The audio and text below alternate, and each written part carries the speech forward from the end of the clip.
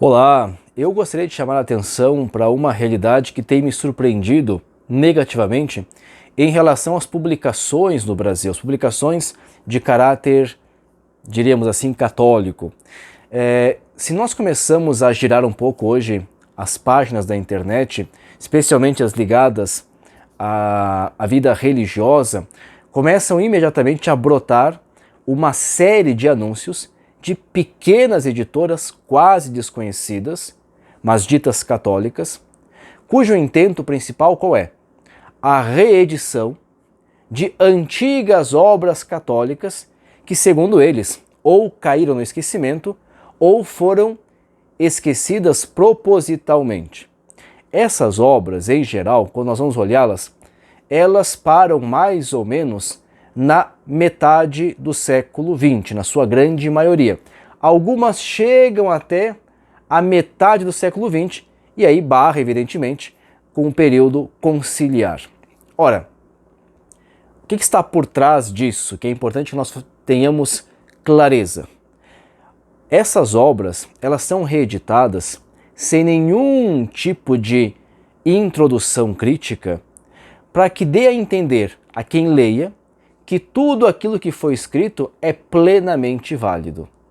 E por que grande parte dessas obras estão localizadas naquele período do século XIX, começo do século XX?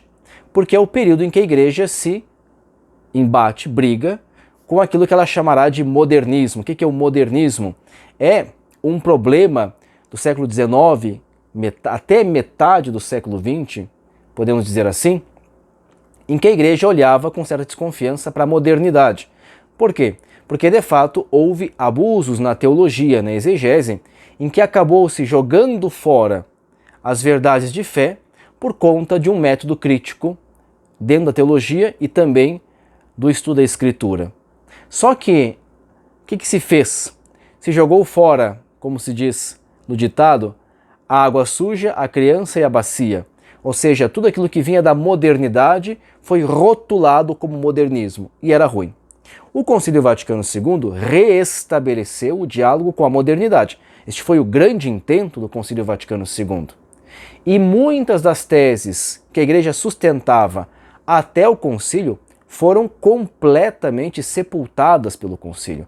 Sepultadas. Quer dizer, o concílio contradiz diretamente muitas teses que estão ainda muito presentes no pontificado de Pio X, de Pio IX, de Gregório XVI, esses pontificados do século XIX, começo do século XX.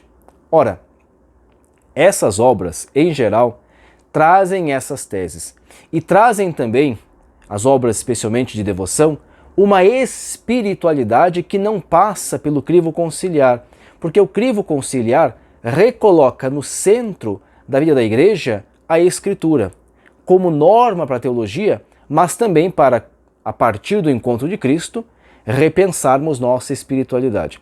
Por isso, eu gostaria que nós ficássemos atentos, porque não é uma ingenuidade, é pernicioso o que está sendo feito. Essas obras, que fazem parte, evidentemente, da nossa tradição literária católica, devem ser lidas, conhecidas, mas muitas delas são apenas história da teologia, história da espiritualidade. Não são mais válidas. Elas não passam pelo critério do desenvolvimento da nossa doutrina. A doutrina se desenvolve ao longo dos tempos, como está muito claramente colocado na Dei Verbum. Nós precisamos analisar com muito critério aquilo que estamos lendo e entregando para o nosso povo católico, para que eles não caiam nessas armadilhas de achar que aquilo que tinha antes era o verdadeiro catolicismo e aquilo que está agora é uma degeneração da fé católica. Não é verdade.